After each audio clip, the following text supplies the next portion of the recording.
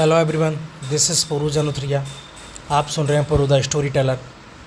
आज की हमारी कहानी का शीर्षक है तलाक, कागज़ का एक टुकड़ा। राधिका और नवीन को आज तलाक के कागज़ मिल गए थे। दोनों साथ ही कोर्ट से बाहर निकले। दोनों के परिजन साथ थे और उनके चेहरे पर विजय और सुकून के निशान साफ झलक रहे थे। 4 साल की लंबी लड़ाई के बाद आज फैसला हो गया था। 10 साल हो गए थे शादी को, मगर साथ में 6 साल ही रह पाए थे। 4 साल तो तलाक की कार्रवाई में ही लग गए। राधिका के हाथ में दहेज के सामान की लिस्ट थी जो भी नवीन के घर से लेना था, और नवीन के हाथ में गहनों की लिस्ट थी जो राधिका से लेने थे। साथ में कोर्ट का यह आदेश भी था कि नवीन 10 लाख रुपए की एक राशि एक मुश्त राधिका को चुकाएगा। राधिका और नवीन दोनों एक ही टेम्पो में बैठकर नवीन के घर पहुंचे। दहेज में दिए सामान की निशानदेही राधिका को करनी थी, इसलिए 4 वर्ष बाद ससुराल जा रहे थे। आखिरी बार, बस उसके बाद कभी नहीं जाना था उधर। सभी परिजन अपने अपने घर जा चुके थे। बस 3 प्राणी बचे थे, नवीन, राधिका और राधिका की माँ। नवीन घर में अकेला ही रहता था। माँ बाप और भाई आज भी गांव में ही रहते हैं। राधिका और नवीन का इकलौता बेटा जो भी 7 वर्ष का है, कोर्ट के फैसले के अनुसार बालिग होने तक वह राधिका के पास ही रहेगा। नवीन महीने में 1 बार उससे मिल सकता है। घर में प्रवेश करते ही पुरानी यादें ताज़ा हो गई। कितनी मेहनत से सजाया था उसको राधिका ने। एक एक चीज़ में उसकी जान बसी थी। सब कुछ उसकी आंखों के सामने बना था। एक एक ईंट से धीरे धीरे बनते घरौंदे को पूरा होते देखा था उसने। सपनों का घर था उसका। कितनी शिद्दत से नवीन ने उसके सपने को पूरा किया था। नवीन थका हारा सा सोफे पर पसर गया। बोला, ले लो जो कुछ भी चाहिए, मैं तुम्हें नहीं रोकूंगा। राधिका ने अब गौर से नवीन को देखा। 4 साल में कितना बदल गया है। बालों में सफ़ेदी झांकने लगी है। शरीर पहले से आधा रह गया है। 4 साल में चेहरे की रौनक गायब हो गई है। वह स्टोर रूम की तरफ बढ़ी जहाँ उसके दहेज का अधिकतर सामान पड़ा था। सामान ओल्ड फैशन का था, इसलिए कबाड़ की तरह स्टोर रूम में पड़ा था। मिला भी कितना था उसको दहेज? प्रेम विवाह था दोनों का। घरवाले तो मजबूरी में साथ हुए थे। प्रेम विवाह था तभी तो नज़र लग गई किसी की, क्योंकि प्रेमी जोड़े को हर कोई टूटता हुआ देखना चाहता है। बस एक बार पीकर बैठ गया था नवीन। हाथ उठा बैठा था उस पर। बस वो गुस्से में मायके चली गई। फिर चला था लगाने सिखाने का दौर। इधर नवीन के भाई भाभी और उधर राधिका की माँ। नौबत कोर्ट तक आ पहुंची और तलाक हो गया। ना राधिका लौटी और न नवीन लाने गया। राधिका की माँ बोली, कहाँ है तेरा सामान? इधर तो नहीं दिखता, भेज दिया होगा इस शराबी ने। चुप रहो माँ। राधिका को ना जाने क्यों नवीन को उसके मुंह पर शराबी कहना अच्छा नहीं लगा। फिर स्टोर रूम में पड़े सामान को एक एक कर लिस्ट में मिलाया गया। बाकी कमरों से भी लिस्ट का सामान उठा लिया गया। राधिका ने सिर्फ अपना सामान लिया, नवीन के सामान को छुआ भी नहीं। फिर राधिका ने नवीन को गहनों से भरा बैग पकड़ा दिया।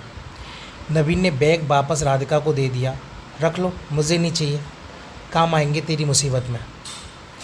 गहनों की कीमत 15 लाख से कम नहीं थी। क्यों? कोर्ट में तो तुम्हारा वकील कितनी दफ़ा गहने गहने चिल्ला रहा था। कोर्ट की बात कोर्ट में ही ख़त्म हो गई राधिका। वहाँ तो मुझे भी दुनिया का सबसे बुरा जानवर और शराबी साबित किया गया। सुनकर राधिका की माँ ने नाक मुँह चढ़ाई। नहीं चाहिए, वो 10 लाख भी नहीं चाहिए। क्यों? कहकर नवीन सोफे से खड़ा हो गया। बस यूँ ही। राधिका ने मुंह फेर लिया।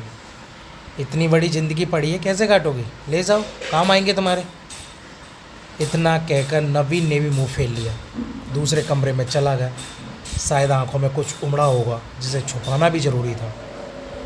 राधिका की माताजी गाड़ी वाले को फ़ोन करने में व्यस्त थी। राधिका को मौका मिल गया। वो नवीन के पीछे उस कमरे में चली गई। वो रो रहा था, अजीब सा मुंह बनाकर, जैसे भीतर के सैलाब को दबाने की जद्दोजहद कर रहा है।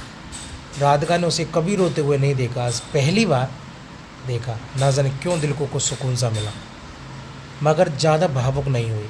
सदे अंदाज में बोली, इतनी फिक्र थी तो क्यों दिया तलाक?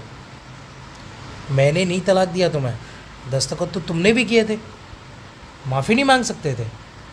मौका कब दिया तुम्हारे घर वालों ने? जब भी फ़ोन किया काट दिया। घर भी आ सकते थे, हिम्मत ही नहीं थी। राधिका की माँ आ गई और वो उसे हाथ पकड़कर बाहर ले गई। अब क्या मोह लग रही है इसके? अब तो रिश्ता भी ख़त्म हो गया। माँ बेटी बाहर बरामदे में सोफे पर बैठकर गाड़ी का इंतज़ार करने लगे। राधिका के भीतर भी कुछ टूट रहा था, दिल बैठा जा रहा था और सुन्न सी पड़ती जा रही थी। जिस सोफे पर बैठी थी उसे गौर से देखने लगी। कैसे बचत कर करके उसने और नबीन ने वो सोफ़ा ख़रीदा था। पूरे शहर में घूमी तब जाके ये पसंद आया। फिर उसकी नज़र सामने तुलसी के सूखे पौधे पर गई। कितनी शिद्दत से देखभाल किया करती थी। उसके साथ तुलसी भी घर छोड़ गई। घबराहट और बड़ी तो वह फिर से उठकर भीतर चली गई। माँ ने पीछे से पुकारा मगर उसने अनसुना कर दिया। नबीन बेड पर उल्टा मुंह पड़ा था। एक बार तो उसे दया आई उस पर, मगर वह जानती थी कि अब तो सब कुछ खत्म हो चुका है, इसलिए उसे भावुक नहीं होना है। उसने सरसरी नज़र से कमरे को देखा। अस्त व्यस्त हो गया पूरा कमरा। कहीं कहीं तो मकड़ी के जाले झूल रहे थे। कितनी नफरत थी उसे मकड़ी के जालों से। फिर उसकी नज़र चारों ओर लगी उन फोटो पर गई जिनमें वो नवीन से लिपट कर मुस्करा रही थी। कितने सुनहरे दिन थे वो। इतने में माँ फिर आ गई, हाथ पकड़कर उसे फिर से बाहर ले गई। बाहर गाड़ी आ गई थी। सामान गाड़ी में डाला जा रहा था। राधिका सुन्न सी बैठी थी। नवीन गाड़ी की आवाज़ सुनकर बाहर आ गया। अचानक नवीन कान पकड़कर घुटनों के बल बैठ गया। बोला, मत जाओ, मुझे माफ़ कर दो। शायद यही वो शब्द थे जिन्हें सुनने के लिए 4 साल से तड़प रही थी राधिका। सब्र के सारे बांध एक साथ टूट गए। राधिका ने कोर्ट के फैसले का कागज़ निकाला और फाड़ दिया, और माँ कुछ कहती उससे पहले ही लिपट गई नवीन से।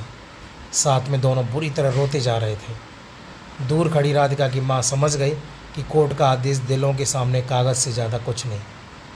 काश उनको पहले मिलने दिया होता। अगर अच्छा लगे तो आगे भी सरकाइए।